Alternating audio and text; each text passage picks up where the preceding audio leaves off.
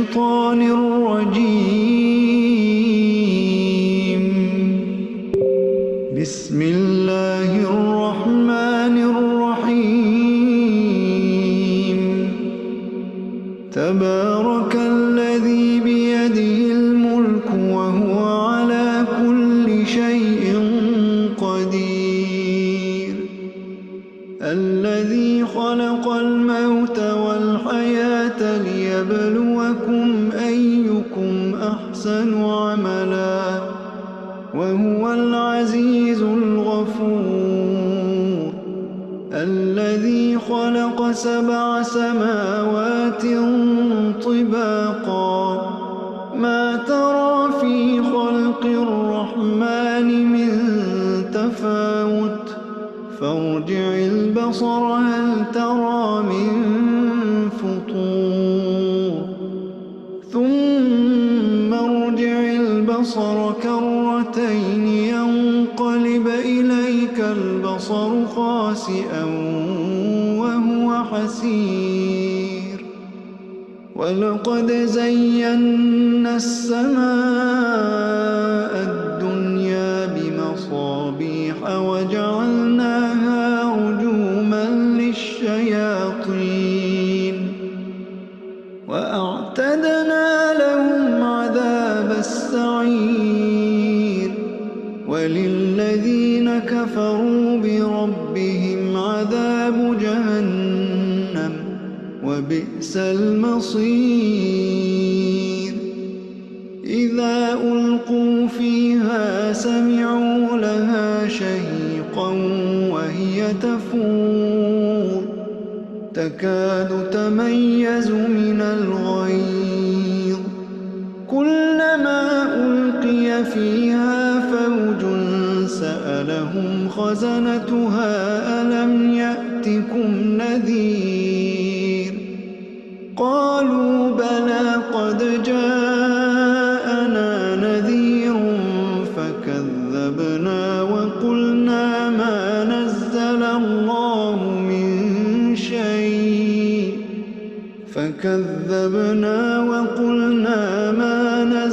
الله من شيء إن أنتم إلا في ضلال كبير. وقالوا لو كنا نسمع أو نعقل ما كنا في أصحاب السعير فاعترفوا بذنبهم فسحقا لأصحاب السعير. إن الذين يخشون ربهم بالغيب لهم مغفرة وأجر كبير. وأسروا قولكم أو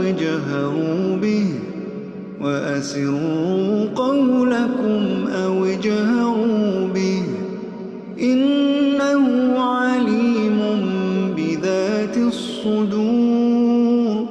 ألا يعلم من خلق وهو اللطيف الخبير.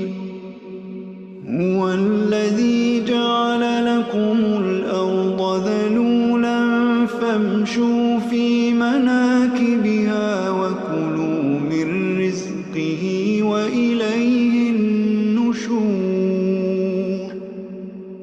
أأمنتم من في السماء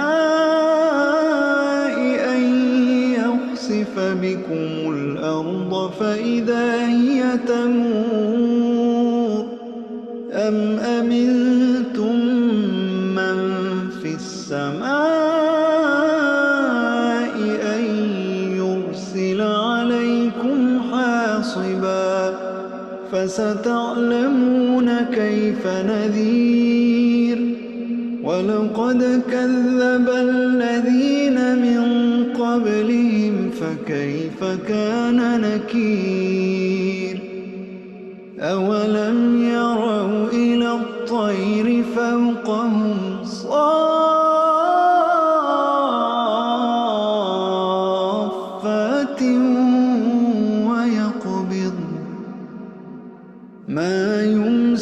يمسسهن إلا الرحمن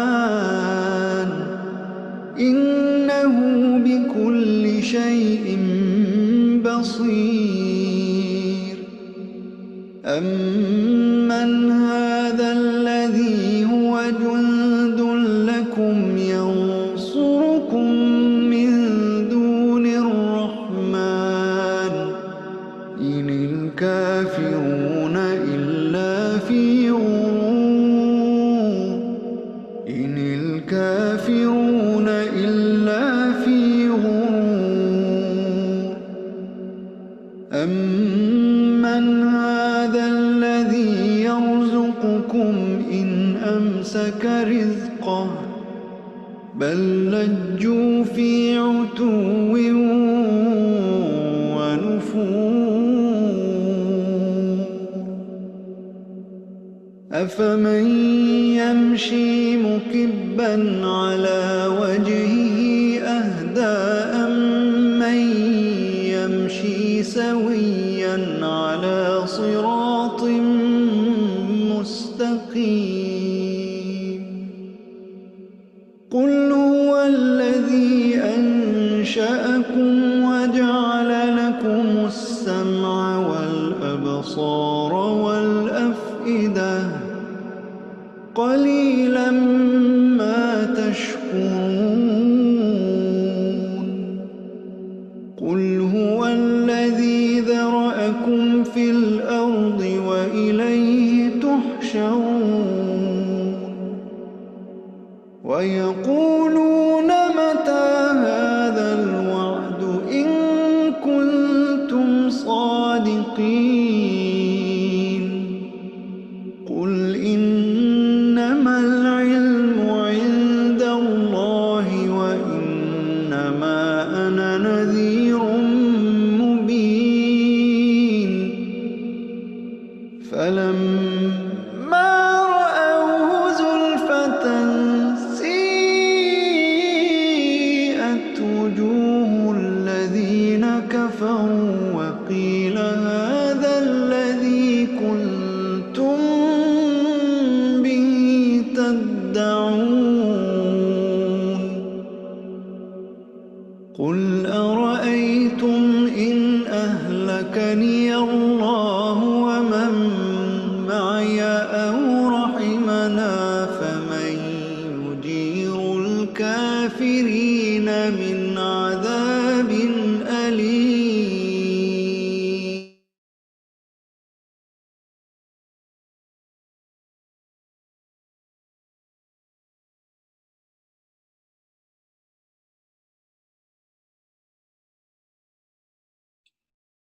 Bismillah ar-Rahman ar-Rahim. Thank you everyone for joining us on another night at the Islamic Education Center of Maryland and Mohebban-e-Fatemeh's Ramadan programming. We are very, very excited to see you. Alhamdulillah, we have a very interesting program and lineup tonight. Inshallah, first we're going to begin with Brother Hajj, I should say, Mohammed Eslami. And then we will play a game of Kahoot with a $20 cash prize. And I give you my word, we've done our best to make tonight's competition a little bit harder than the past few rounds. Then inshallah, we will have a presentation, a speech from Hujjat al-Islam Mohsen Kafei from Qum. And then that will conclude our evening. Before I invite Brother Mohammed Eslami to begin his presentation, I'd like to make a few quick announcements.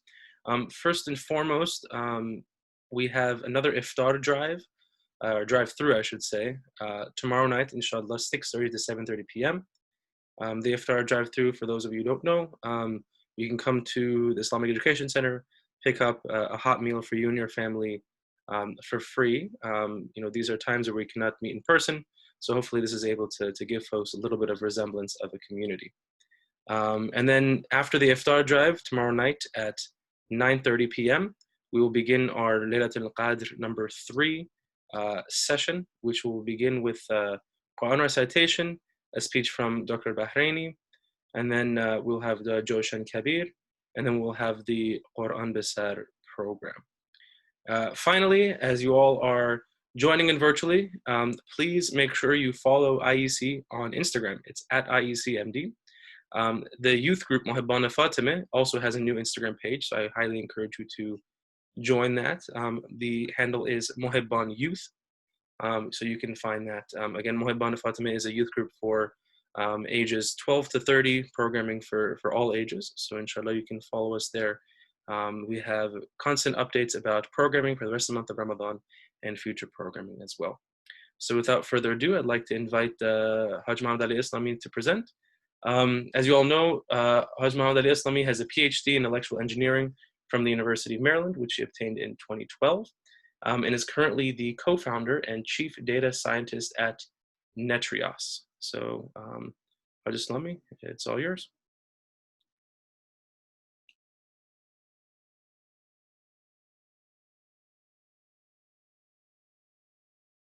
أعوذ بالله من الشيطان الرجيم. بسم الله الرحمن الرحيم. Thank you, Brother Reza, for the intro. Everybody can hear me clear? Yes, we can hear you. رب اشرح لي صدري ويسر لي أمري واحلل عقدة من لساني يفقهوا قولي. قال الله تعالى في كتابه الكريم: أعوذ بالله من الشيطان الرجيم. بسم الله الرحمن الرحيم. قل هو الله أحد الله الصمد لم يلد ولم يولد ولم يكن له كفوا أحد. صدق الله العلي العظيم.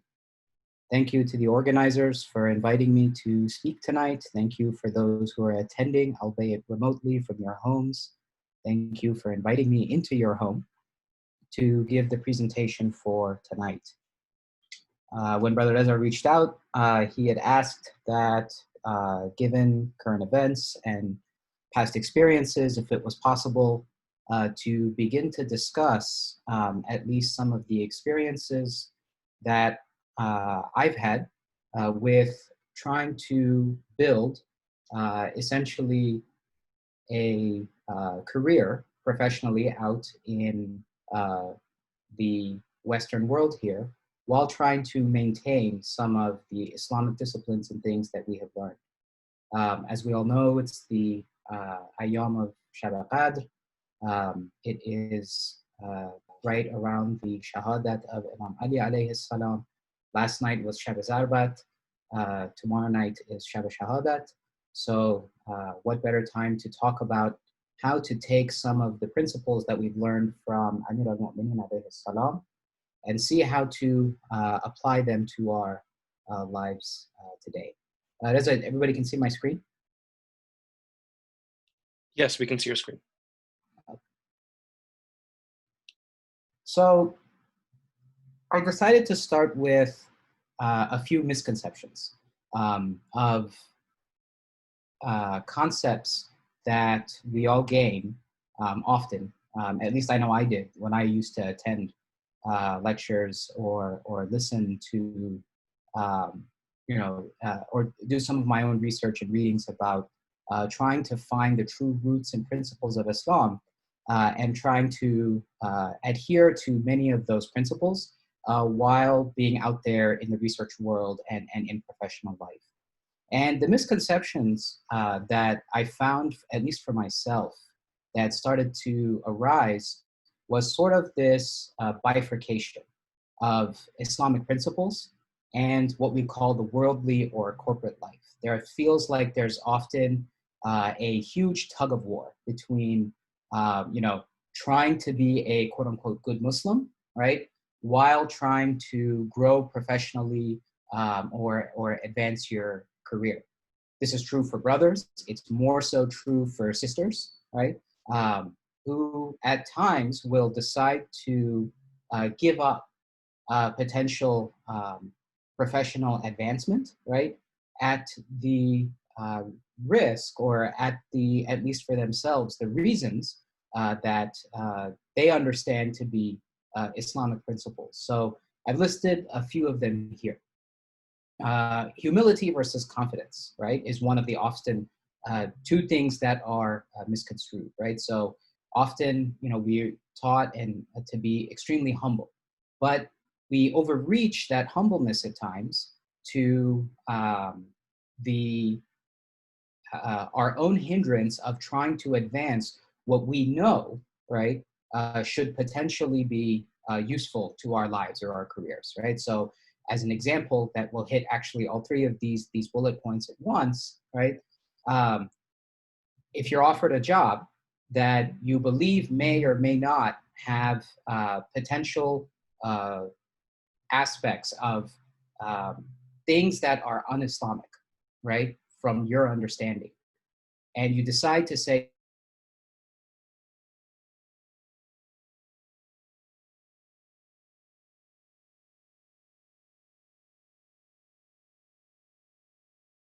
I'm here to tell you today, at least from my experience, right, and some of the uh, uh, uh, events that have recently construed, particularly in my life over the past few years, you often start to find sort of this tug of war to be not just tiresome, but unprogressive.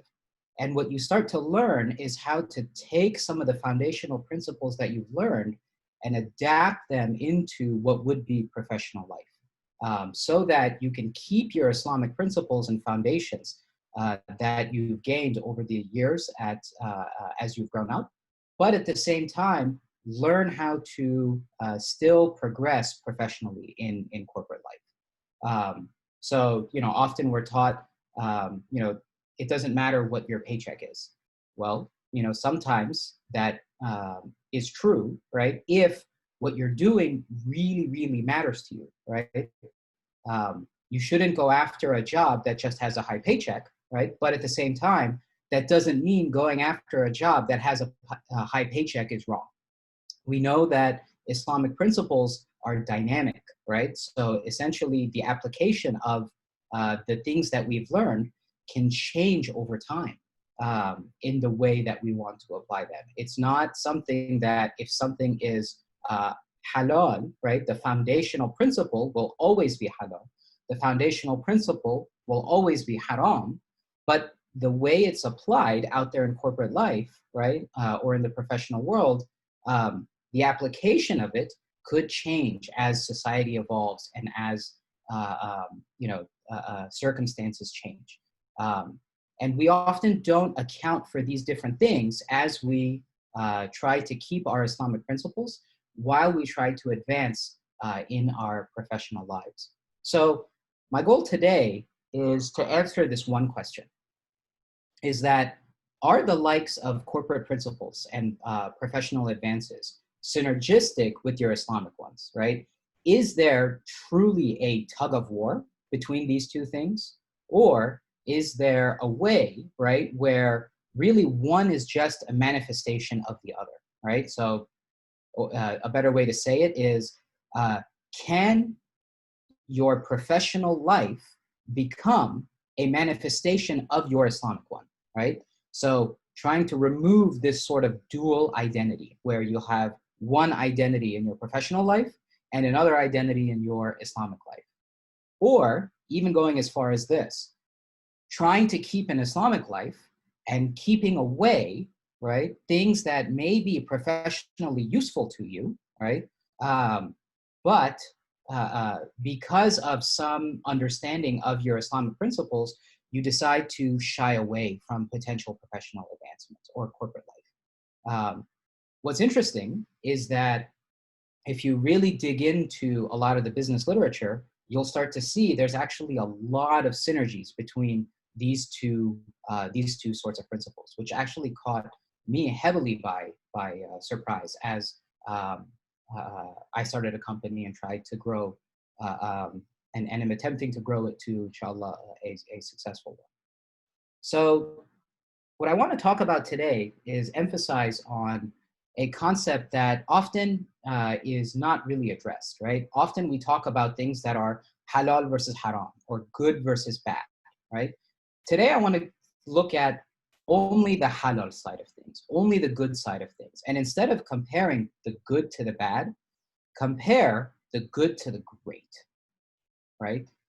We know that we all want to be able to form a society or a community that is not just a good community, but a great community, right? So one of my favorite books, and highly, highly recommended reading for folks who have the interest and have the time, especially nowadays, to for some additional reading, is this book called Good to Great, written by Jim Collins. What's really nice about this book is instead of talking just about the status quo, he really does a thorough analysis of corporations that significantly have done better than the average. And the way he calls it is, what did they have to do for themselves to go from this concept of good here to this concept of great? The way I like to think about this for myself, outside of the companies and things that he goes and analyzes, is alhamdulillah, in our community, right? We have, you can see it just from the iftars that were given yesterday and the previous couple of nights, that community has a sense of bond that so long as you're a part of it, right, the community will advance, right? It'll be around, right? It may not shoot up with exponential growth and like a rich program rigor and everything that everybody's looking for, right? But ultimately, it provides the services that meet a lot of needs for our religious purposes, which is why we continue to attend every night, every week, even in the midst of a pandemic online for the Ahya programs. So essentially, just by being around, right, we can essentially be the status quo. We can be the average. We can be good people, right? Do your halals, don't do your harams. These things are sort of the obvious nowadays, right? Go to school, come out with a degree, get a job, be a good husband, be a good parent. These things are sort of the obvious stuff. And it puts you in a pretty good caliber, right? It puts you in a caliber of good people, mu'mineen, who are looking to be good Muslims for themselves and for their families. But the analysis that this book goes and does, right, from the perspective of corporations, but the principles can be applied to anything, is that additional oomph. What's that additional set of skills or qualities that these corporations had to significantly beat what is the status quo? And the way he's broken it down, you'll start to see significant resemblances of it in our own principles and akhlaq and teachings. The first is that of having disciplined people. The second is that of having disciplined thought. And the third is that of having disciplined action. So what we're going to do tonight is start to go break these three things out and start to identify the synergies between these three qualities that these corporations had to significantly beat the status quo, and see how we can take those principles and apply them to our own daily lives, so that way we as Muslims can also start to beat, inshallah, just the status quo. So disciplined people. Discipline is an interesting word in that people start to think of it as something that's routine, right? Often you'll start to see, particularly in some of our communities with our participants, you'll have people will choose to put on a quote unquote mask of humbleness, right? And retract from their ambition. In other words, they're not willing to, put the pedal to the metal and, let's say, pursue a degree or a major that may be more difficult, right, for them, which will have a, maybe a higher paycheck, right, at the risk of saying, you know what, I don't need that much money. I want to be humble, right? So I will pull back. These kinds of misconstrusions are incorrect, right? And particularly as Muslims, we want to make sure that our position in society and the professional world continues to show that our principles provide an avenue for our growth, right? Provide an avenue for wanting to complete a set of large, lofty goals and tasks in our professional lives. Those goals, right, may not be Islamic with the capital I, but can definitely have principles of, you know, the religion underneath it as we start to work it through.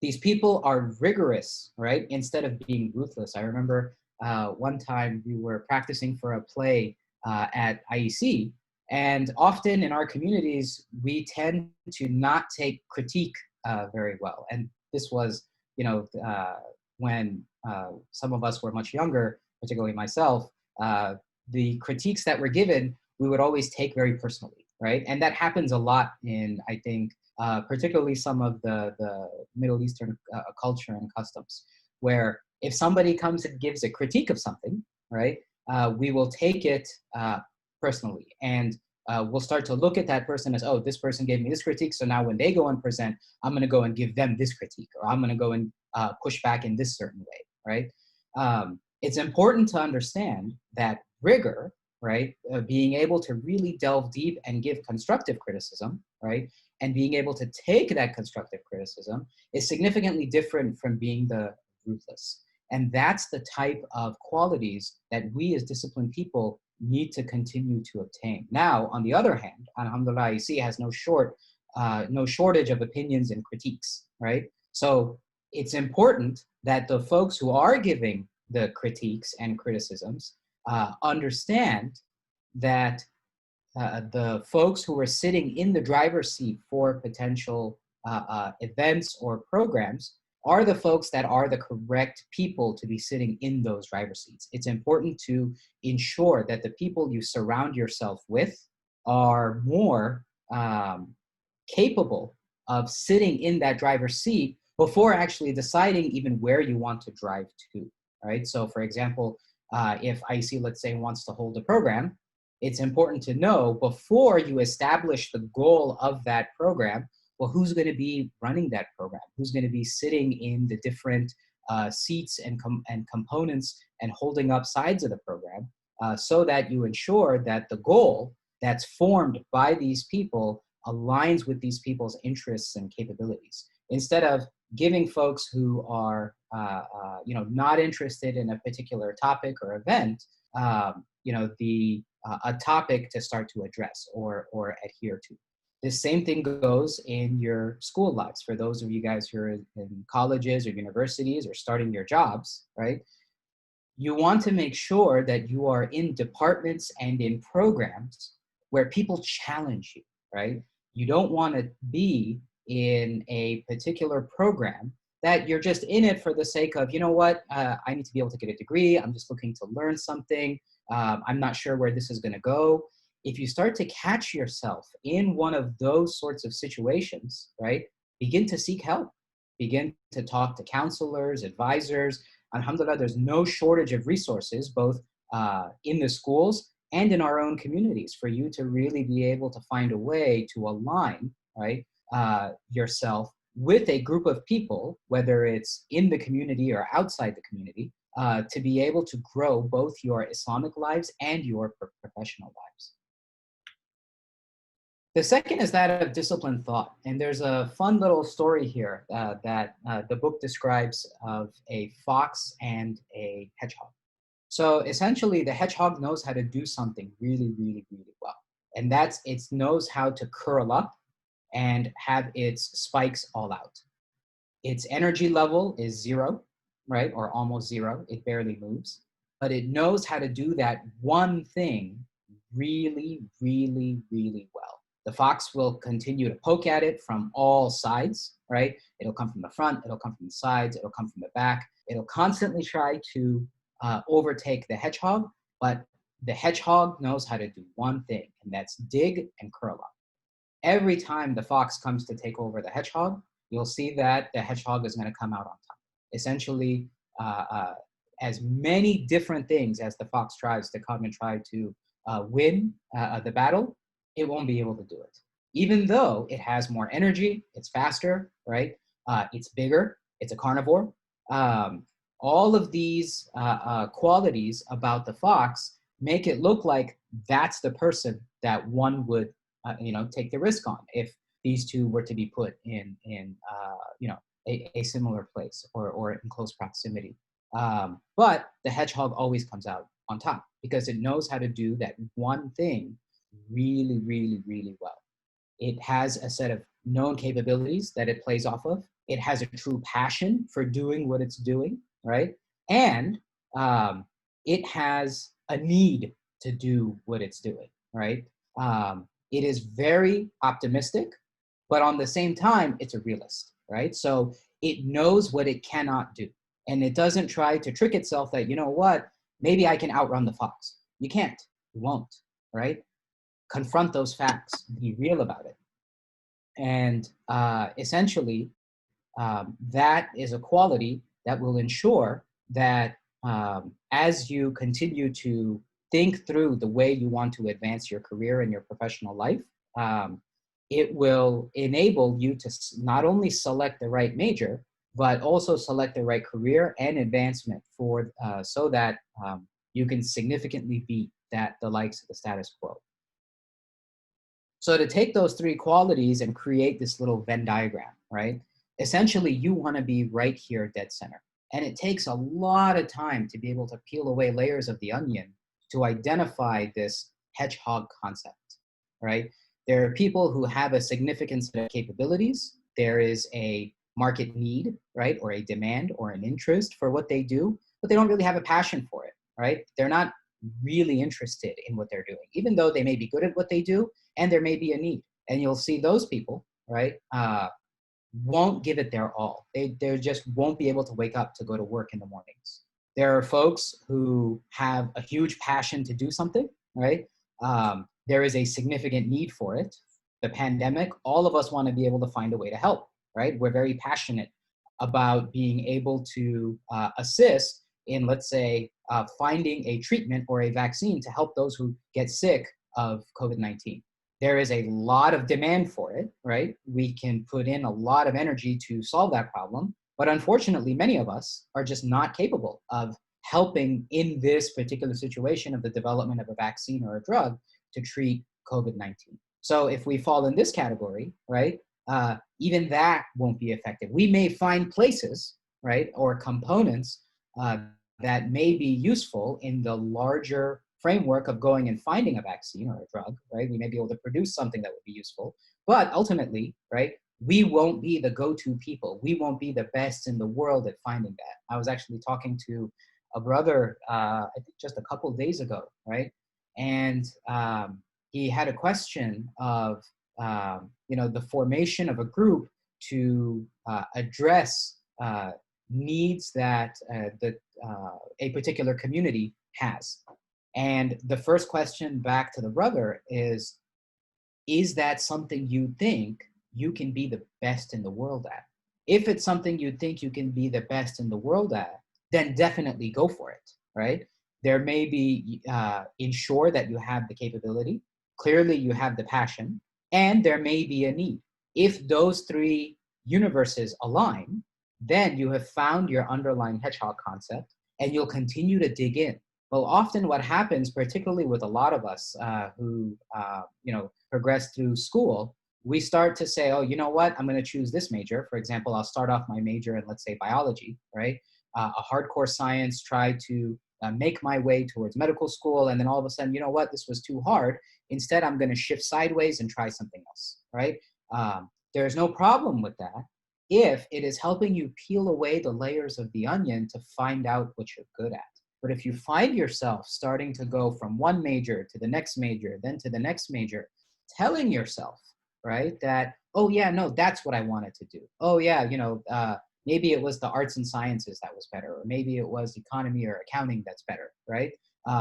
Even though, maybe your passion is not in those things, but you just find that, you know what, the biology is too hard, so I'm going to go and do something else, right? You're going to find that you won't be able to give those your all and really come out significantly different from that status quo of people that are coming out from those majors.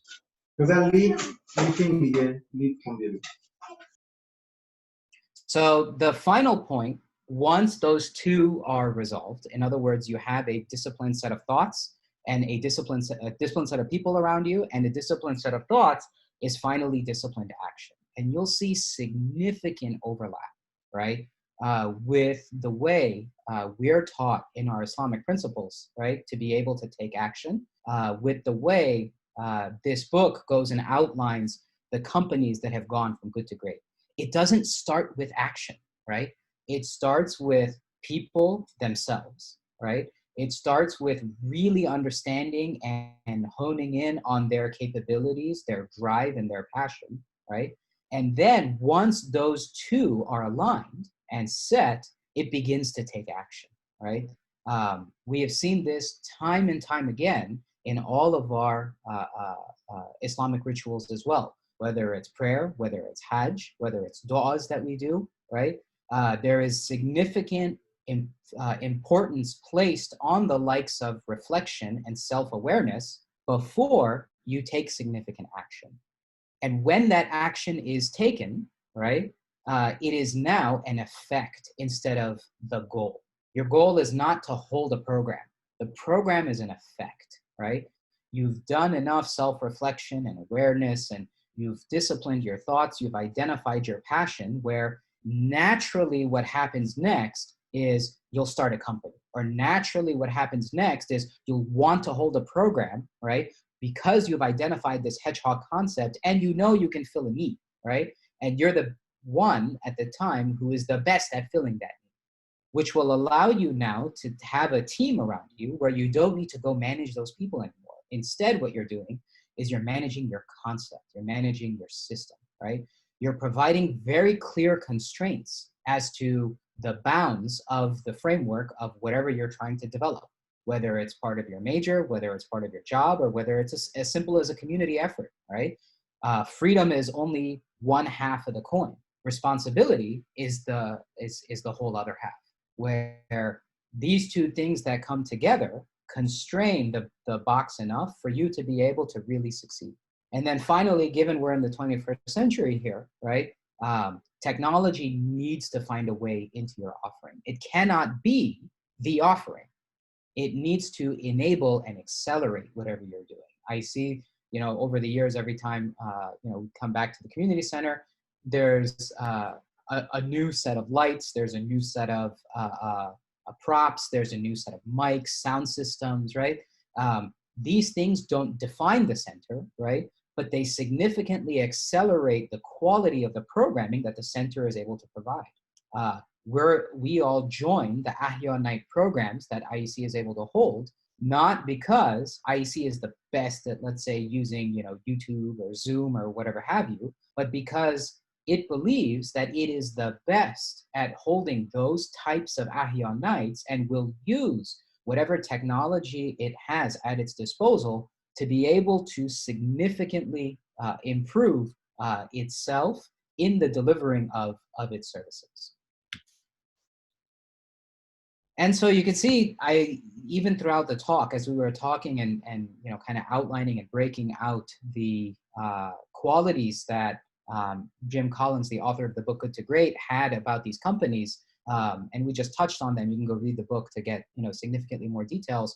You'll see that there's a lot of synergies between the likes of what we as Muslims are taught and have in our own principles and rituals, and what it takes to build a company to really last, right? Or to build a concept or an organization or a movement to really last and have an impact.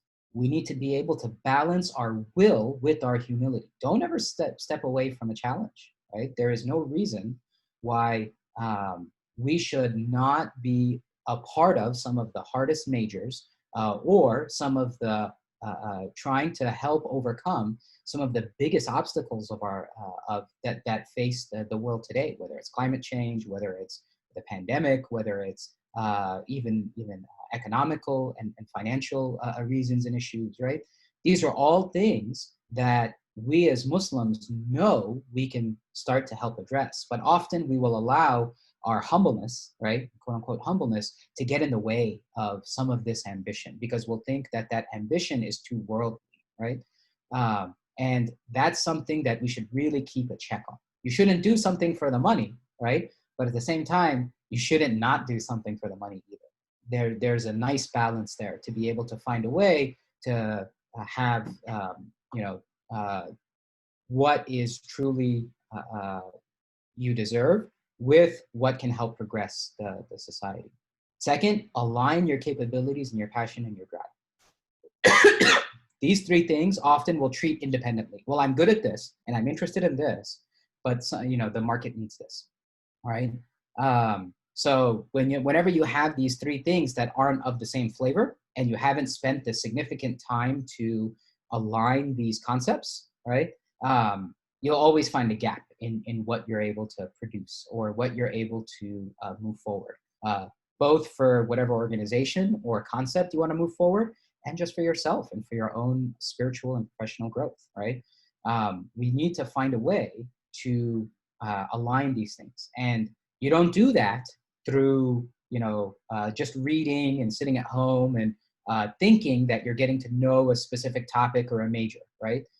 Or growing in society. You need to plan, you need to execute, you need to fail, then you need to come back and replan. What's nice about going through this loop over and over and over again is that it'll give you the rigor that you need, right? You'll become rootless towards being able to succeed towards your concept rather than just staying away from it and constantly running away from it, as well as find ways to have that enthusiasm spread among all of the folks that are around you. Imam Ali alayhi salam will end with one of his hadith, given its ayyam of that we should be commemorating him. أتزعم أنك جرم صغير وفيك انطوى العالم الأكبر. Imam Ali alayhi salam comes and says that you think that you are just a small speck in this world, but inside of you is a universe of possibilities. So I'm here to say and remind all of us tonight on these ayyam, as we commemorate Amir al-Mu'mineen alayhi salam, to take his words and not just listen to them from, a quote unquote spiritual perspective, right? Where, we'll do additional prayers and salawats and things like that, but take those words and use that drive towards identifying gaps that we see in our current society, right?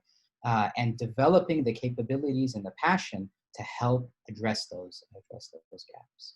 Wassalamu alaikum wa rahmatullah. Alaikum assalam wa rahmatullah. Thank you so much, Hajj Eslami, for the very, at least I felt very, informative and, effective presentation. I think it's, we had a discussion a week or so ago on the power of active reflection. And I think the way you visualize, this sets of discipline, sets of, direction planning, I think that builds very nicely. For those of us who were not quite adept and quite experienced at self-reflection evaluation, I think having that visual is extremely effective and it's extremely beneficial to help plan our events and our, personal mission and vision. So I appreciate that. We had a few questions that were submitted through the chat, and if folks have more questions, please feel free to present those in the chat as well. I will read off some of the questions. First question we had is, which is more important, disciplined thought or disciplined action?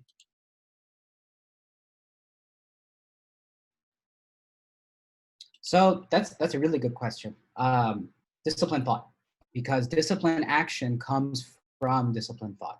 So first off, oops, I don't think I'm sharing my screen anymore.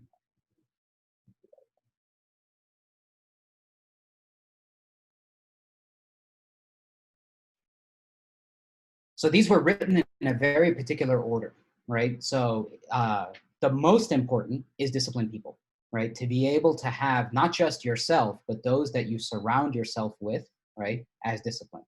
I highly, highly recommend reading this book, the Good to Great book, right? I barely touched on what he defines as disciplined people, right? He has two major concepts. One is that of level 5 leadership, and the second is that of, so I just missed it, forgot.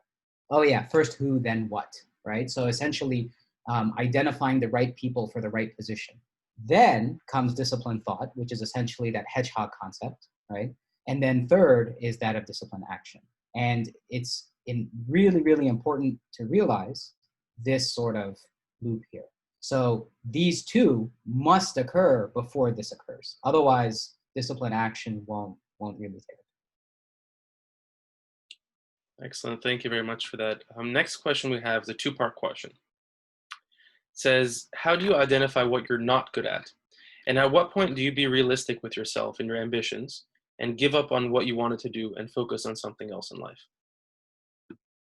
So that's, let's dig into that question a little bit, right? So how do you know what you're not good at?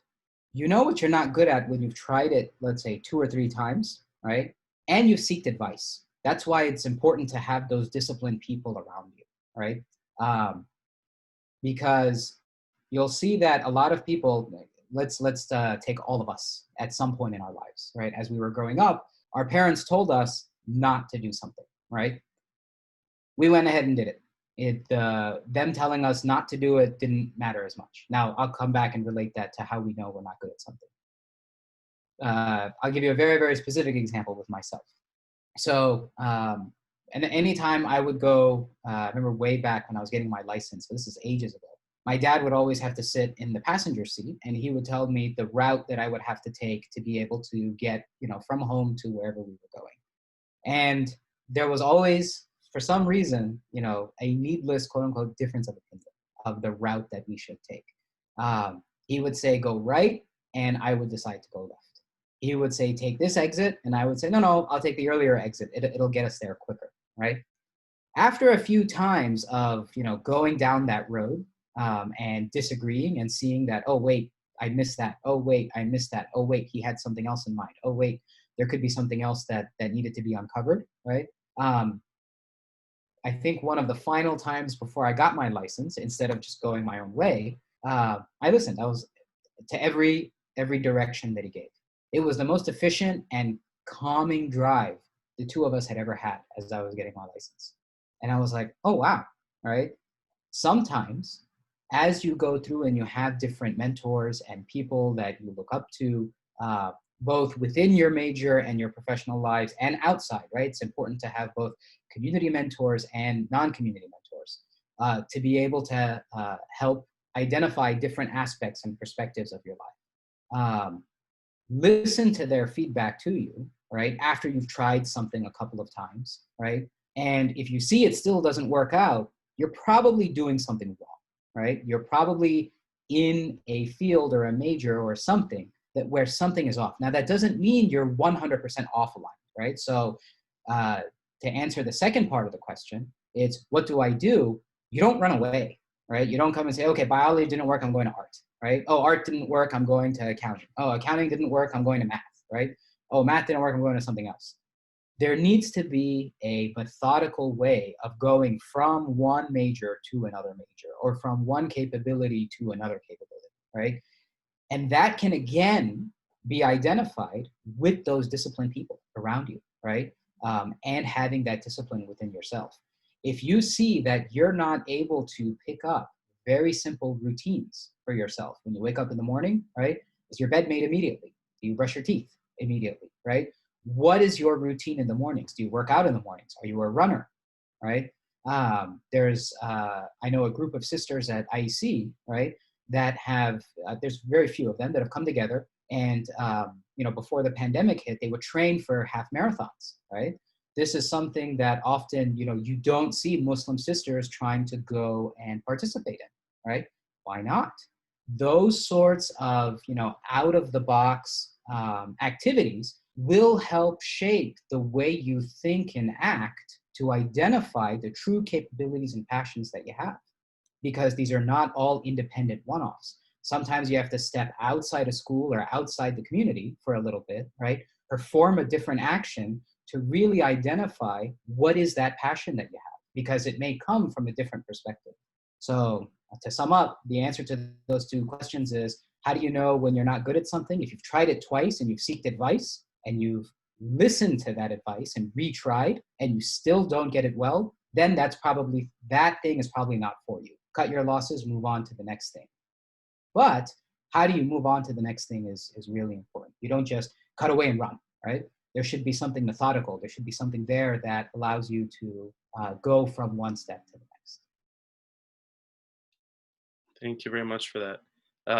I think one thing you mentioned, the concept of getting advice, I think we've heard that theme of mentorship and getting advice, in a few of our sessions. I think maybe that's something for another session we should focus on, just entirely about how do you choose a good mentor? How do you, receive good advice? I think that might be beneficial for our audience. The next, and I think we'll call it final question, it says, what do you think is the most promising field for people starting college? It says in parentheses, thinking about need, drive, etc. So I can't answer that question for that person, because that person should answer it for themselves, right? So essentially, the whole point of the talk was for them to be able to sit down, look at their capabilities and passion and drive, right? And see where do these things align.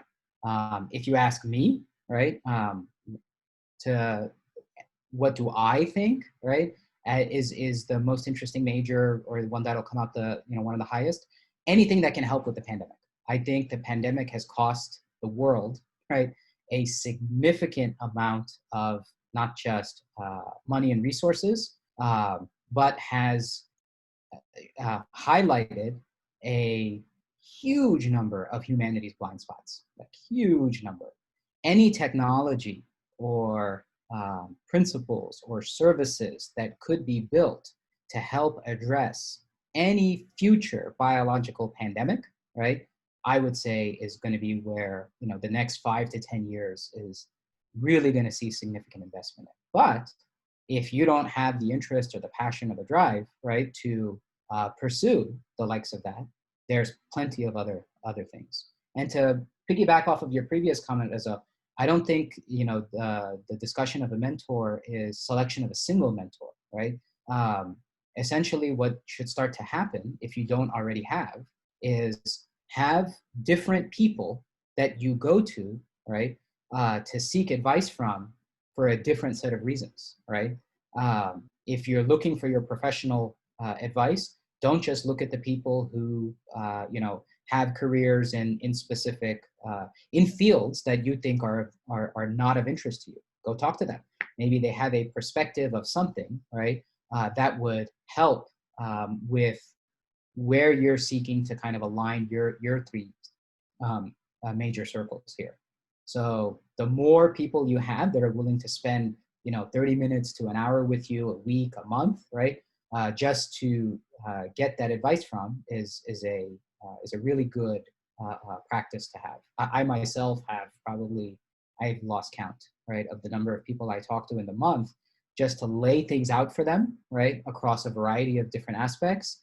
And then I just stay quiet and you just hear them react, right? And you just take notes. Everything they say is not what you do, right? It's just a new perspective for you to be able to start to shape your next steps on. That's very insightful. Thank you. I appreciate it. Okay, so I think that's the end of our questions for now. Inshallah, we will transition to Kahoot, if Brother Milad wants to get the Kahoot set up. In the meantime, I'll make a few announcements. And first of all, thank you, Brother Eslami, for very insightful words. I think there's a lot of next steps that we can learn from this, and inshallah, we can apply in our lives, in our actions, that we help support the community. So inshallah, everyone was able to take at least one or two things from that. So while Milad gets the Kahoot started, and folks, if you want to, you can press classic, or is it class? No, team mode, or same thing. So if you want to press this Kahoot,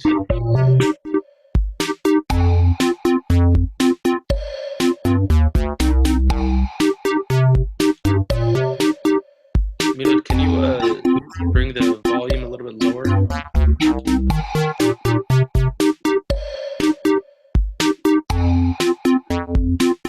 All right, so if folks want to join this right now.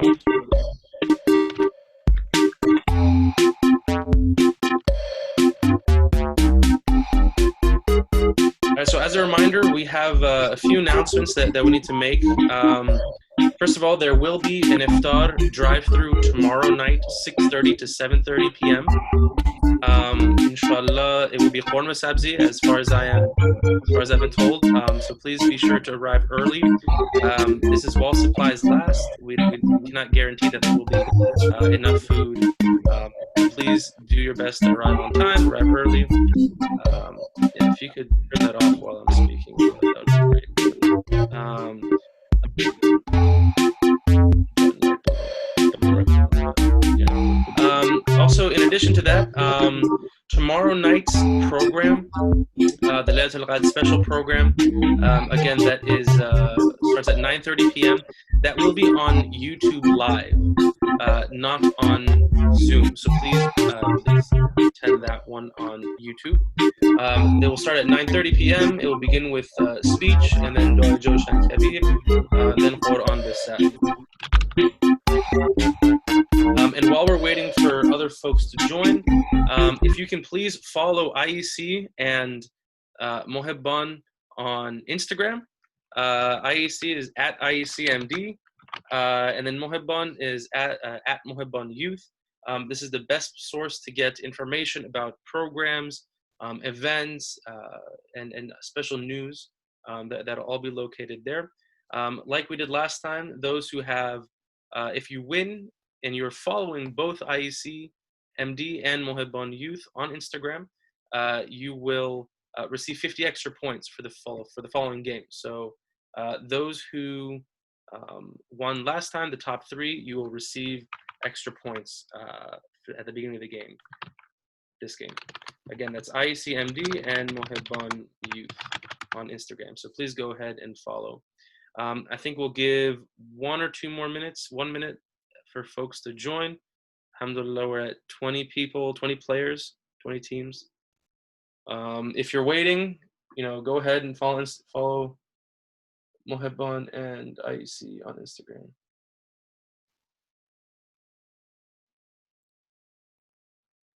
All right. And then as another reminder, I apologize, after the Kahoot, we will have a special lecture and presentation by Hujjatul Islam Mohsen Kafei from Qom. So please be sure to stick on the line after the short break that we have playing Kahoot. All right, Milad, I think we have everybody joined, so we can get started. And as promised, we've done our best to make these questions harder. So hopefully we won't have any more 24 to 25s. All right, Milad, you can play the background music.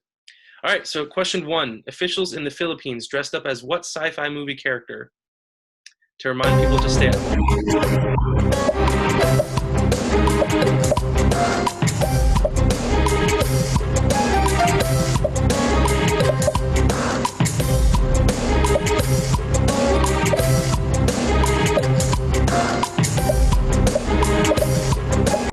All right, Darth Vader is the correct answer.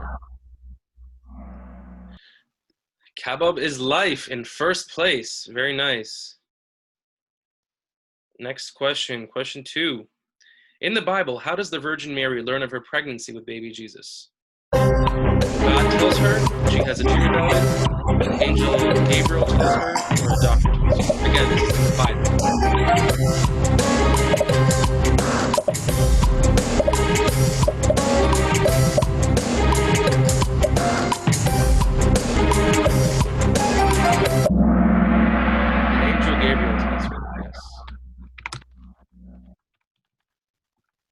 All right, Team Sheikh Ehsan is coming to second place.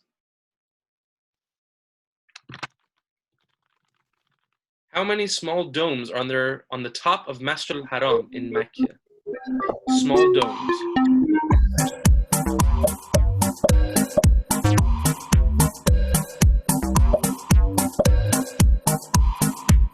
4, 5, 6, or 7.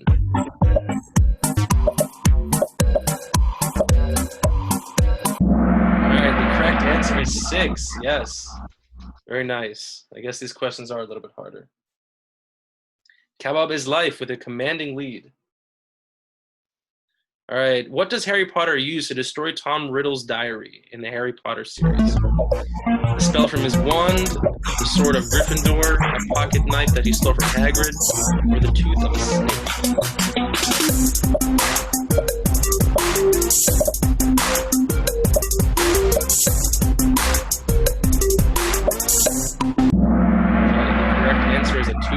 snake. Remember, make sure you at least submit an answer so you get some points. All right. Inside the shrine of Imam Reza alayhi salam, there is a masjid that contains a pulpit that will only be used when Imam Mahdi returns. What is the name of that masjid? Masjid Go Harshad, Masjid Rizban, Masjid Hadir, and Masjid Kafei. In the Haram of Imam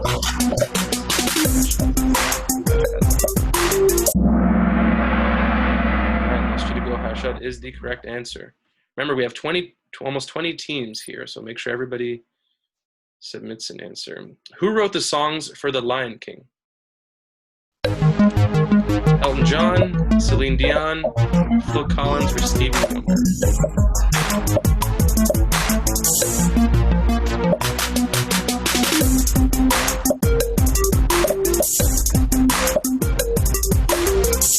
If you are writing on the screen, we kindly request that you don't. Elton John is the correct answer, yes.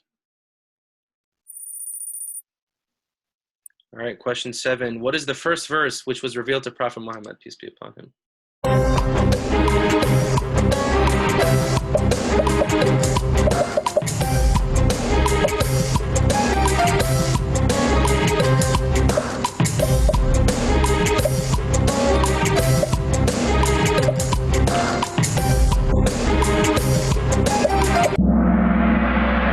So almost everyone got this one correct. Kebab is life with 7 correct answers in a row. Very nice. In Harry Potter and the Sorcerer's Stone, who gives Harry the invisible cloak? Ron, Dumbledore, Snape, or no one? He just finds it.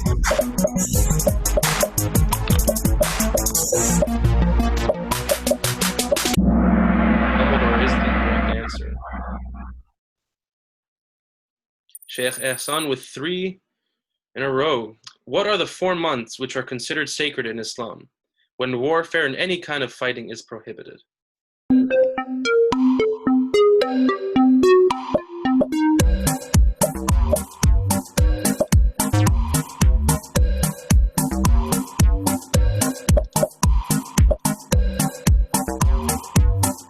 Right, make sure to get some answer in. Rajab, Muharram, Dhul Qa'dah, and Dhul Hijjah is the correct answer. Grizzly coming into 2nd place. How many boroughs are there in New York City? Hi, I just got here.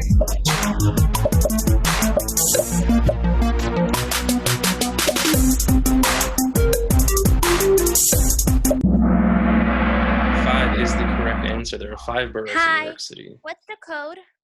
Alrighty. I have a question. Next question.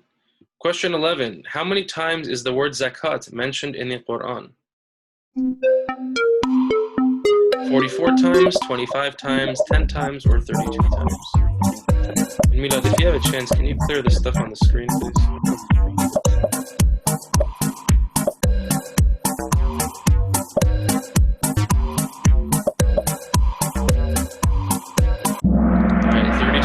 Is the correct answer, yes.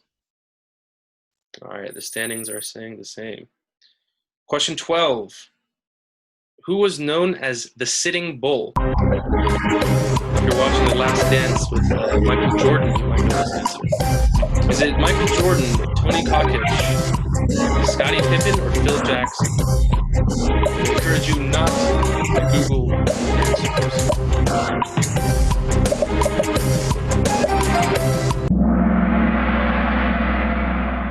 The answer is Scottie Pippen.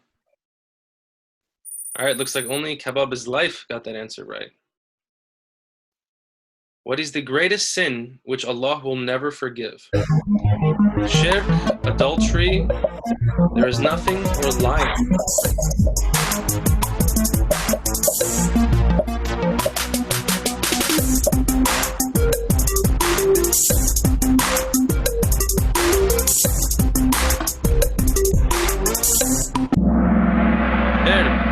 Alhamdulillah. 17 out of 17. It's 3 in a row. ZB is back in the game. Question 14. What is the longest river in the world? Amazon River, the Hudson River, the Congo River. Remember, you get more points if you answer first. The Nile is the longest river in the world. All right. Question 15. How many meters are each wall or pillar in Jamarat, in Hajj? 23 meters, 24 meters, 25 meters, or 26 meters?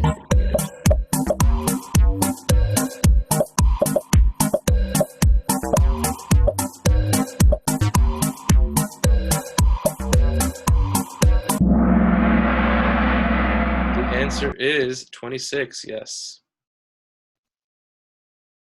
All right. Question 16. What city is known as the city of love? Rome, Paris, Barcelona, or New York City?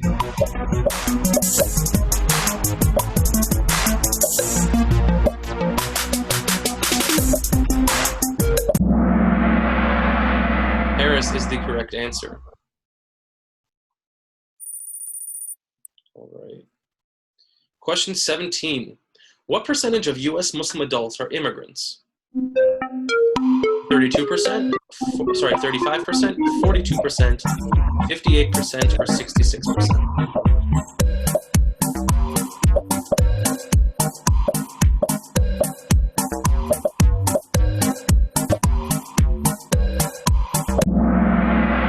Yes, the correct answer. There are 58% of U.S. Muslim adults are immigrants. All right, Kabab is life, taking a commanding lead. Question 18. In which year was Prophet Muhammad, peace be upon him, born? 571 AD, 580 AD, 550 AD, or 610 AD?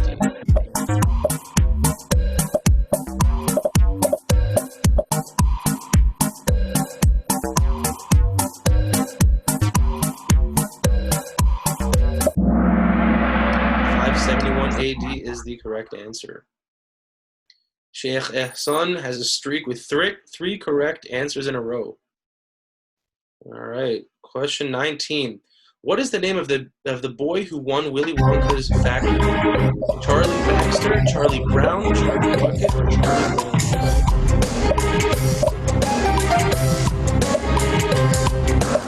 The name is the same for both Willy Wonka and the Chocolate Factory films.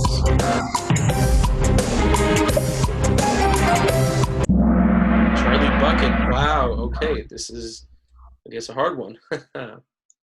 Kawaba's life with 3 correct answers in a row. Question 20. In which place was Imam Mahdi alayhi salam born? Tamara, Medina, Mecca, or Mecca?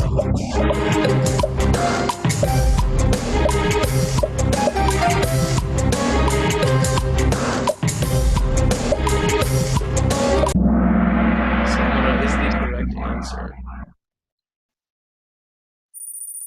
All right. Question 21. What word will be removed from the name of the sports academy founded by Kobe Bryant? Black, Mamba, Forever, or Live?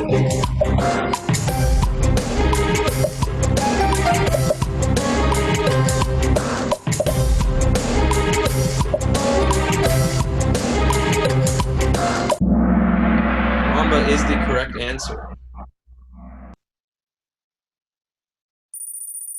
All right. Question 22. How old was Imam Ali when he was assassinated? 51, 65, 40, or 50?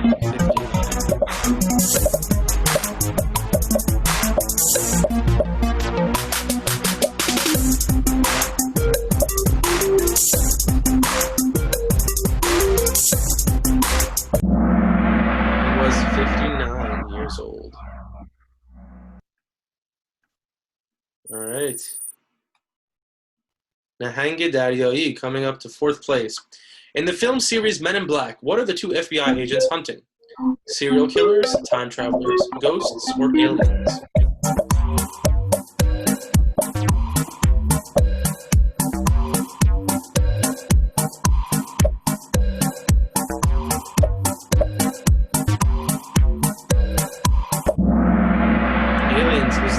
correct answer.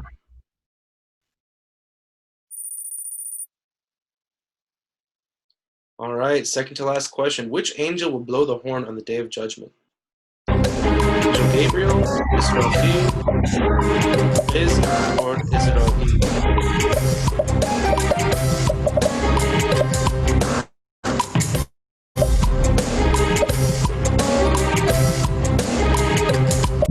Israfil is the correct answer.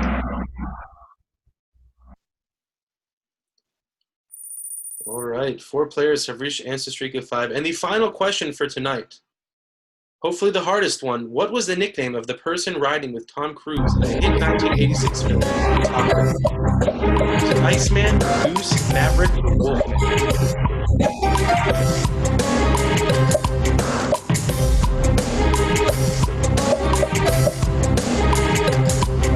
1986, Top Gun. Goose is the correct answer. All right, so let's see our winners.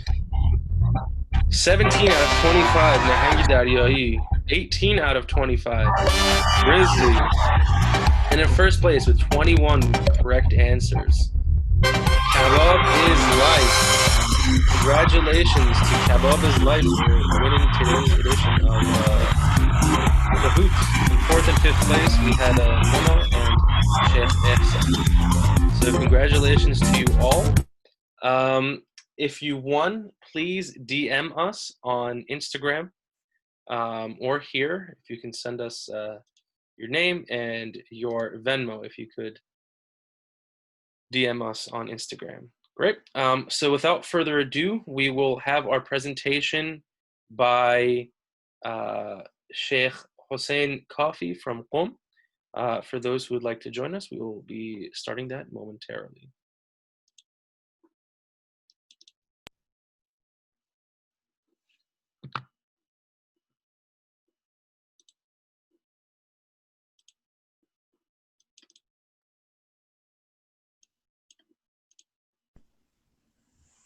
بسم الله الرحمن الرحیم الحمد لله رب العالمین والعاقبة للمتقین والصلاة والسلام على خیر خلقه سیدنا و مولانا ابی القاسم محمد صلی الله علیه و علی آله الطیبین الطاهرین المعصومین المکرمین. ایام شهادت مولا الموحدین امام المتقین یعصوب الدین آقا امیر المؤمنین علیه آلاف التحیت و الثناست. من این عزای بزرگ را به محضر ولی الله الاعظم امام زمان روحی له الفدا و جمیع شیعیان عالم و شما برادران عزیز و خواهران گرامی خودم تسلیت عرض می کنم. توفیقی شد در این ایام و لیالی دقایق محدودی مخاطب خاص من، دوستان عزیزم، برادران و خواهران ایمانی خودم در منطقه امریکا، شهر واشنگتن، ایالات مختلف و مناطق گوناگون باشه. عزیزان من، چون هم مناسبت وجود نازنین امیر المؤمنین است و هم مقارن شبهای قدر، من لازم است به شما یادآوری کنم یکی از اعمال بسیار با فضیلت در شبهای قدر کسب معرفت و علم. به همین مناسبت من با کمک آیات و روایات انشاءالله در حد و اندازه و بضاعت کم خودم قدمی برمی‌دارم تا معرفتی به معرفتهای خودمون بیفزاییم. نمیدانم تا به حال به این نکته توجه داشته اید یا نه. خدا مخلوقاتی که خلق کرده اینها از نظر ارزش دارای مراتب مختلفی هستند. چه موجود انسان باشه چه غیر انسان باشه، ارزش اینها متفاوته. اگر انسان باشه در تعبیر عربی کلمه من برای او گفته می شود. من یعنی کسی که. و اگر موجود غیر انسان باشه به او ما گفته می شود، یعنی چیزی که. اشرف من فی الوجود کیه؟ اشرف ما فی الوجود چیه؟ یعنی با شرافت ترین موجودی که انسان است و خدا خلق کرده اون کیه؟ با شرافت ترین موجودی که انسان نیست و خدا خلقش کرده اون چیه؟ برای فهم این مطلب باید بریم در خانه خاتم انبیا، معلم بشریت، جواب این سوال از حضرت بگیریم.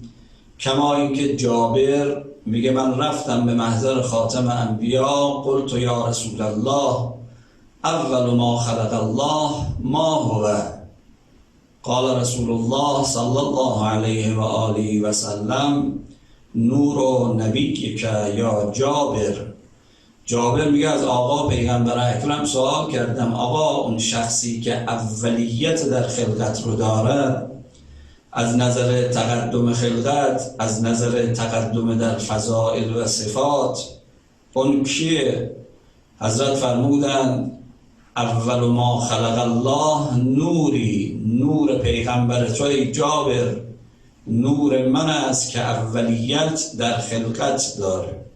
من زیاد توضیح نمیدم چون مقصودم چیز دیگری است، میخوام جای دیگری توقف بحث رو انجام بدم.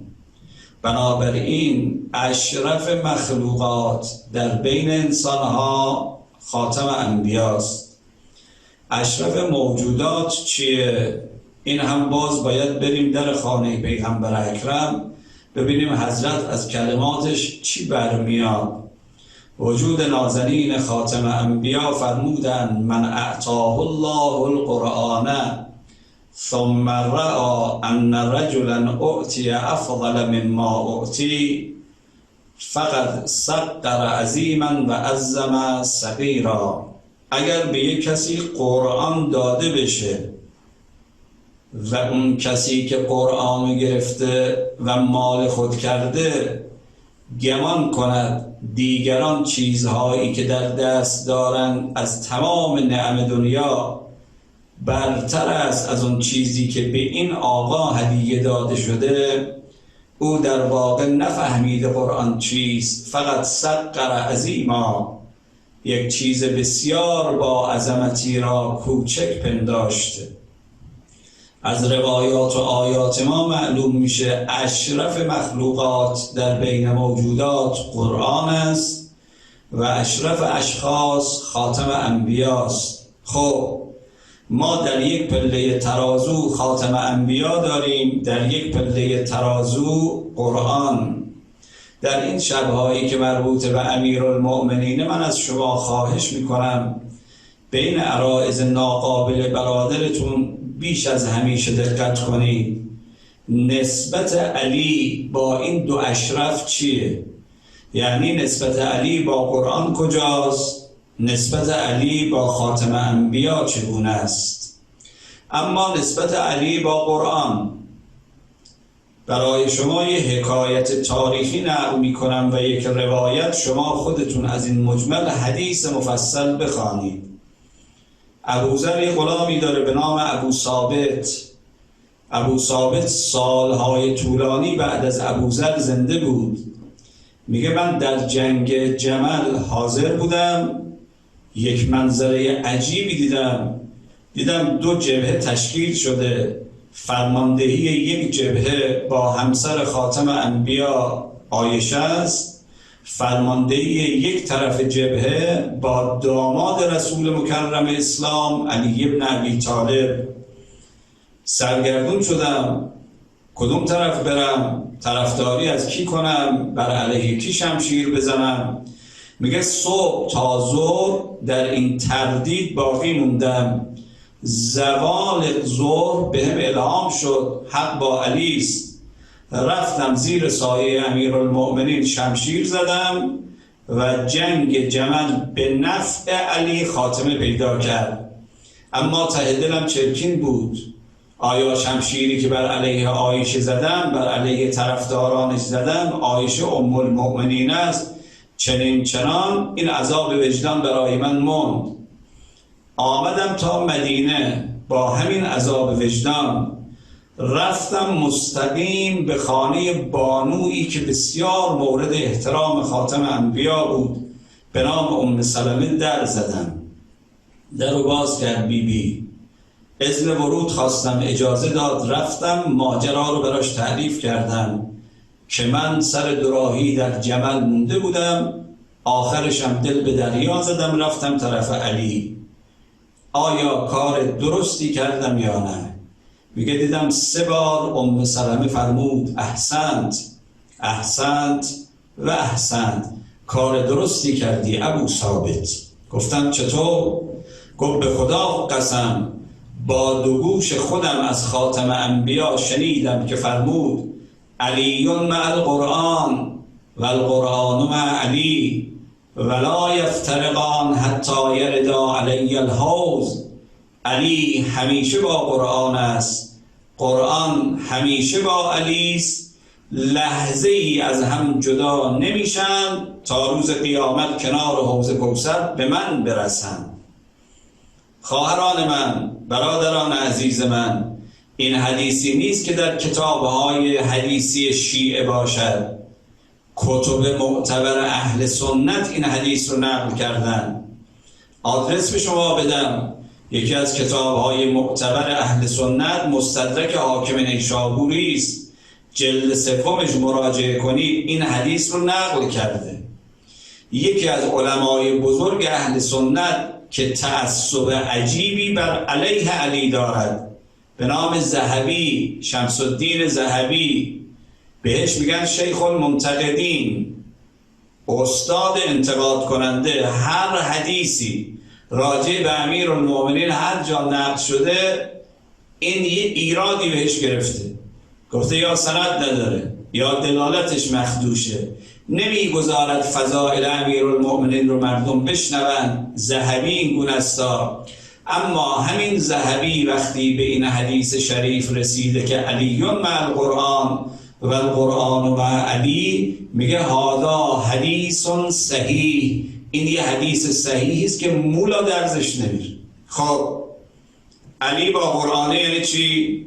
قرآن با علی یعنی چی؟ اینا از هم جدا نمیشن یعنی چی؟ یعنی اینا شانه به شانه همن. مع به معنای معیت، نه قرآن یک قدم جلوتر از علی است نه علی یک قدم تر از قرآن، هر دو عین همدیگرن. اگر قرآن اشرف موجودات عالم است، علی همدوش اوست. راجع به قرآن ما چی میخونیم؟ و نزلنا علیک الکتاب تبیانا لکل شیء. ای خاتم انبیا، ما قرآن رو که بر تو نازل کردیم بیان تمام امور عالم در قرآن است. اگر علی هم دوش قرآن است یعنی علی قدرت دارد بیان همه چیز در عالم باشه و الا معیت معنا نداره. من یه مثال ساده برای شما بزنم. شما 2 ریل یک قطار رو دیدید، وقتی این 2 ریل با هم باشن قطار به مقصد میرسد. اگر یک ریل یه جایی کم بیاره یک ریل ادامه بدهد، اینا رو نمیگن معیت دارن، با همن. باید معیت باشه تا قطار به مقصد برسه. این حدیثی که شیعه و سنیون رو صحیح میدانن میگه علی معیت با قرآن دارد. ما در قرآن راجع به قرآن چی میگیم؟ این همه آیاتی که راجع به قرآن است همش راجع به علی باید گفته بشود. اگر پیغمبر اکرم میفرماید علیکم بالقرآن فانه الشفاء النافع و الدواء المبارک و اسمت لمن تمسک به و نجات لمن تبعه، برید سراغ قرآن. قرآن شفای دردهای شماست، قرآن وسیله نجات و ایمنی شما از خطاهاست، قرآن اسمت است لمن تمسک به. هر فضیلتی که راجع به قرآن ذکر شده همون فضیلت راجع به علی باید پیاده بشود که پیغمبر خاتم فرمود لحظه اینها از هم جدا نمی شوند. یکی از صفاتی که قرآن راجع به خودش میگه لا یأتیه الباطل من بین یدیه ولا من خلفه، باطل در قرآن راه نداره. خب یعنی چی؟ یعنی باطل در علی راه نداره. اگر شما گفتی در قرآن باطل راه نداره اما علی خطا میکنه، علی که نمیتونه معیت با قرآن داشته باشه. چطور پیغمبر اکرم گفته اینا دوشا دوش هم میان تا روز قیامت؟ برگردم به حرف اصلی. ما گفتیم اشرف موجودات غیر انسان ها قرآن است. نسبت علی با قرآن دوشا دوشی است. از این چه میفهمید؟ خودتون استنباط کنید. بریم سراغ اون طرف بحث. اشرف اشخاصی که خلق شدن چیه؟ طبق حدیث پیغمبر اکرم و روایات فراوان شیعه و سنی، نفس نفیس خاتم انبیا، عقل کل و کل عقل خاتم انبیا محمد مصطفی صلی الله علیه و آله و سلم است. خب نسبت علی با این پیغمبر چیه؟ دامادی؟ پسر عمو بودن؟ نه، خود پیغمبر اکرم نسبتش رو فرموده و این نسبت در کتب شیعه و سنی فراوان روایت شده. یا علی انت منی و انا منک، علی تو از منی من از تو هم. از این واضحتر اگر بخواهیم نسبت علی رو با پیغمبر بفهمیم باز باید بیایم سراغ قرآن. فقط یک آیه رو عرض می کنم. فمن حاجک فیه من بعد ما جاءک من العلم فقل تعالوا ندعو ابناءنا و ابناءکم و نساءنا و نساءکم و انفسنا و انفسکم ثم نبتهل فنجعل لعنت الله علی الکاذبین. وقتی پیغمبر اکرم میخواد به مباهله یعنی نفرین کردن کفار و یهودیان اقدام کنه، یه محلی رو قرار میگذارن برای مباهله. پیغمبر اکرم حرکت میکنه، خودش میاد، علی رو میاره، حسن و حسین و فاطمه زهرا. خب اینا کیان که آمدند؟ بچه ها رو میگه ابناءنا، زهرا رو میگه نساءنا، اما به علی که میرسد میگه انفسنا، علی نفس من است. یعنی من و علی یک روحیم در دو بدن. معنا ندارد علی نفس خاتم انبیا باشد و صفات خاتم انبیا رو نداشته باشه. فقط در مأموریت علی از پیغمبر جداست. خدا مأموریت رسالت و نبوت به پیغمبر داده، مأموریت امامت و وصایت به علی داده و الا در صفات همه یکتا. وقتی قرآن راجع به علم پیغمبر میگه و انزل الله علیک الکتاب و علمک ما لم تکن تعلم، ای حبیب ما، ای رسول ما کتاب رو به تو دادیم و جواب تمام مجهولات عالم رو تو سینه تو ریختیم. علم تو حد ندارد، وصل به علم خداست. همین علم در سینه علیست، یه ذره کم نه، یه ذره زیاد نه. که پیغمبر اکرم خودش در قدیر فرمود کل ما علمته علمته علیا، هر آنچه را که خدا به من داده بود همه رو دادم به علی. اگر صفتی برای پیغمبر ثابت شد، علی هم طبق آیه قرآن نفس پیغمبر شد، اون صفت برای علی هم هست بلا شک. وقتی قرآن نسبت به خاتم انبیا میگه ما ینطق عن الهوی ان هو الا وحی یوحی، اگه پیغمبر حرف میزنه از طرف خودش و هوای نفسش حرف نمیزنه، حرفش حرف خداست، معناش اینه که این حرف راجع به امیرالمومنین هم هست. نفس خاتم انبیا. خوب دقت کنید، یه نکته ظریفی میخوام عرض کنم. وقتی ما اینو میفهمیم که علی خود خاتم انبیاست، نفس اونه، بعضی از جملات علی تازه برای ما معناش روشن میشه. مثل چی؟ علی وقتی میخواد خودش رو معرفی کنه به مردم میگه انا کسرت الاصنام، من اون کسی هم که بت‌ها رو شکستم. انا رفعت الاعلام، من اون کسی هم که علم‌ها و پرچم‌های دین رو بلند کردم. اون وقت اینجا رو دقت کنید، میگه انا بنیت الاسلام، من اون کسی هستم که بانی اسلامم، بنیانگذار اسلامم. عجب، اگر علی بنیانگذار اسلامه پس خاتم انبیا چه کار است؟ جای شک و شبهه نیست در این کلام. علی میگه من بنیانگذار اسلامم. اگر فهمیدیم طبق آیه مباهله علی نفس خاتم انبیاست، وقتی پیغمبر میشه بنیانگذار اسلام، علی هم میشه بنیانگذار اسلام. و انا بنیت الاسلام. یه نکته دیگه عرض کنم برای تایید عرضم، خواهش میکنم خیلی دقت کنید به این نکته تاریخی و این قطعه تاریخی. مادر امیرالمومنین فاطمه بنت اسد از دنیا رفت. پیغمبر بسیار گریه کرد. اصحاب دوربر پیغمبر امیرالمومنین حضور داره، بدن فاطمه بنت اسد رو غسل دادن، کفن کردن. پیغمبر وقتی به نماز ایستاد، در روایت داریم 70 تکبیر بر جنازه فاطمه بنت اسد گفت. بعد خودش رفت تو قبر رو با دستش مسطح کرد. بعد بدن فاطمه بنت اسد رو در قبر گذاشتن. خود پیغمبر لحد چید اومد کنار با چشمان مکتوب از عرش.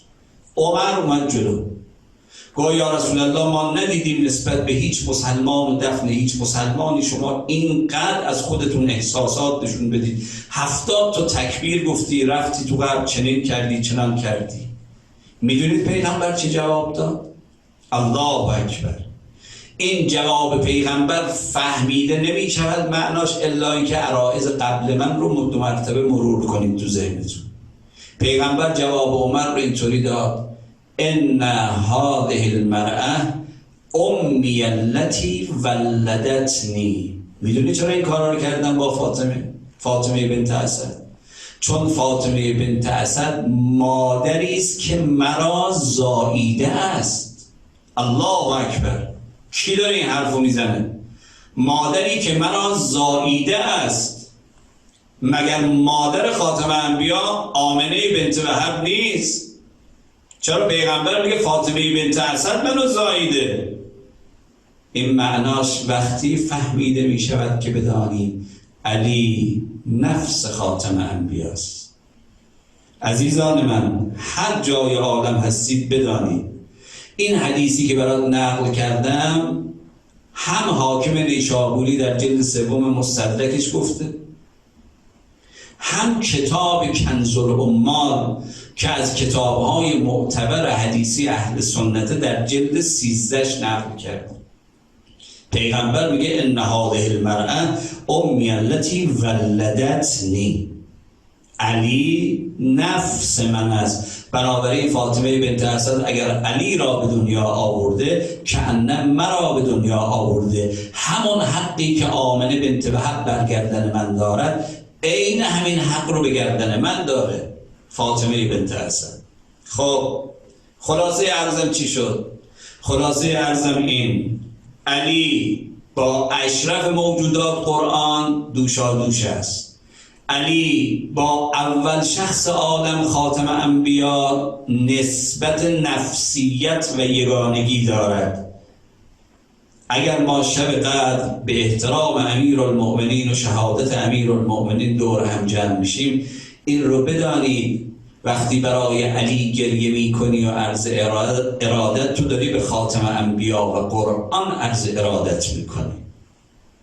هر وظیفه‌ای که ما نسبت به خاتم انبیا و قرآن داریم نسبت به علی هم داریم، چون قرآن با علی است، چون علی با قرآن است، چون پیغمبر نفس علی است، چون علی نفس خاتم انبیا است.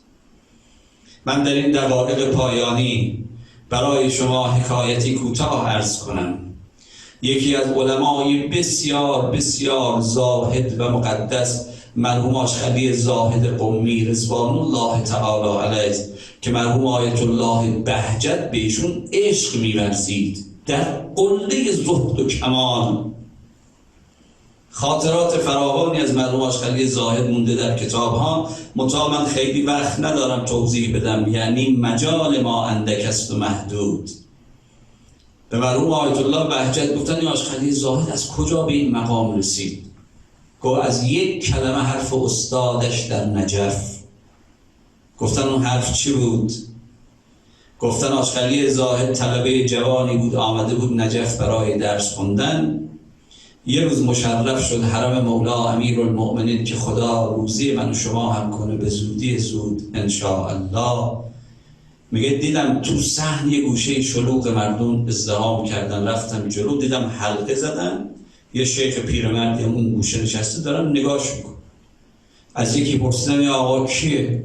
گویا شیخ حسین علی، شیخ حسین قلی همدانی است، اون عارف بی‌نظیر که بسیاری از عرفا از شاگردان ایشونه.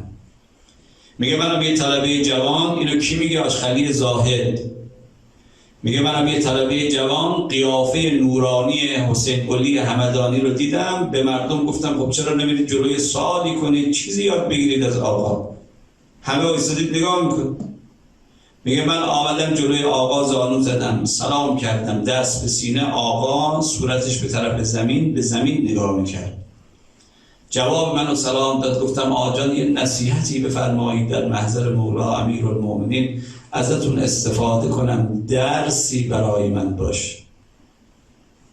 میگه مولا حسین قلی همدانی سرش از رو زمین برداشت، یک نگاه عمیقی به من کرد، به من فرمود ای طلبه جوان اسمت چیه؟ آشخلی زاهد قمی میگه گفتم آقا جان اسمم علی است. میگه تا گفتم اسمم علی است یه وقت دیدم بی اختیار اشک مولا حسین قلی همدانی جاری شد. مدتی مکث کرد، این میخواد به من چی بگه؟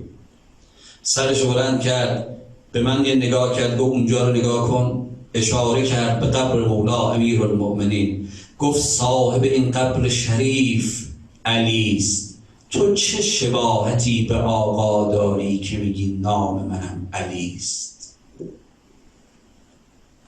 میگه یک دفعه دنیا روی سرم خراب شد. واقعا چه شباهتی بین من و صاحب نام من؟ عزیزان من، هر جای دنیا زندگی میکنید در ایام قدر پیامم به شما این از طرف امیرالمؤمنین و از طرف بزرگان. آی کسانی که هم نام علی هستید، آی کسانی که شیعه علی هستید، شما مریدید و مراد شما علی است، شما مأمومید و امام شما علی است. چه شباهتی بین ما، زندگی های ما و مولایمون علی است. امام ما همدوش قرآن است، امام ما نفس خاتم انبیاست. ما که مأموم آن حضرتیم چه شباهتی داریم به آقا؟ حرف زدنمون به آقا رفته، خونداریامون به آقا رفته، عبادت هامون به آقا رفته، دفاعمون از دین به آقا رفته. اگر ما بنات شبهای قدر رو قدر بدانیم، دانستن قدر این شبها به این است که بدانیم صاحب این شب کیست. صاحب این شبها و واسطه بین خلق و خالق در این شبها مولا علی است. یه خورده خودمون رو جمع کنیم، یه خورده زندگی هامون رو محاسبه کنیم، یه خورده فرداهامون رو ببینیم. ما بناس کجا بریم؟ بناس به عالمی بریم که مقابل علی ما را نگه دارن، بگن علی اینقدر زحمت کشید، اینقدر خون دل خورد، در چنین شبی با فرق شکافته عروج کرد تا شیعه راه براش روشن بشه، تا مأموم بداند مقتدایش کیست. مقتدایش نفس قرآن است، مقتدایش نفس خاتم انبیاست، با حق یکیست. علی مع القرآن و القرآن مع علی. خدایا به حق محمد و آل محمد، اولا نام ما را جز عزاداران حضرت امیرالمؤمنین ثبت و ضبط کن. ثانیا عرض تسلیت ما را به محضر فرزندش امام زمانمون ابلاغ کن. ثالثا تمام کسانی که در عالم برزخند و دستشون از دنیا کوتاه است و ولایت و محبت علی را در دل ما گذاشتند و رفتند، امشب از محفل و از سخن ما بهره مند کن.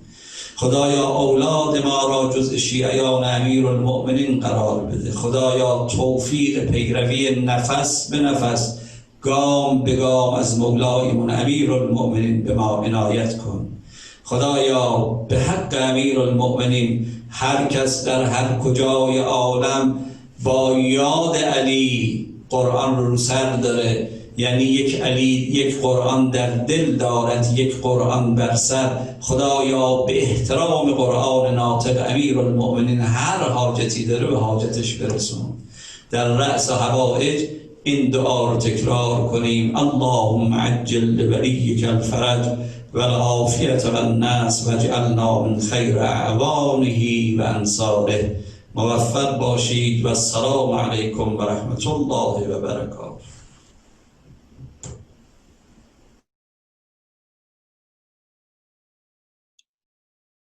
Thank you, brothers and sisters, for joining another night of our programming at the Islamic Education Center and mohebban-e-fatemeh. Again, tomorrow night, programming continues at 9:30 p.m. We have the special Laylatul Qadr program. The program will consist of a speech, presentation, Dua Joshan Kabir, then the Quran Besar programming. The program will be held on YouTube Live, not on the Zoom platform. You can find that link on IEC's Instagram bio or on the Telegram page or the website. Please let us know if you are not able to find those and we can send you the link for those. Again, please follow IEC on Instagram and mohebban-e-fatemeh on Instagram. Mohebban-e-fatemeh is at Mohebban Youth. IEC is at IECMD. Tomorrow night, again, as a reminder, we have the Iftar Drive. That will be at 6:30 p.m. with free meals that you can pick up for you and your family to break your fast. So please come to the center at 6:30 and you will be given meals for iftar, inshallah. So we will see you tomorrow night, inshallah. Assalamu alaikum wa rahmatullah.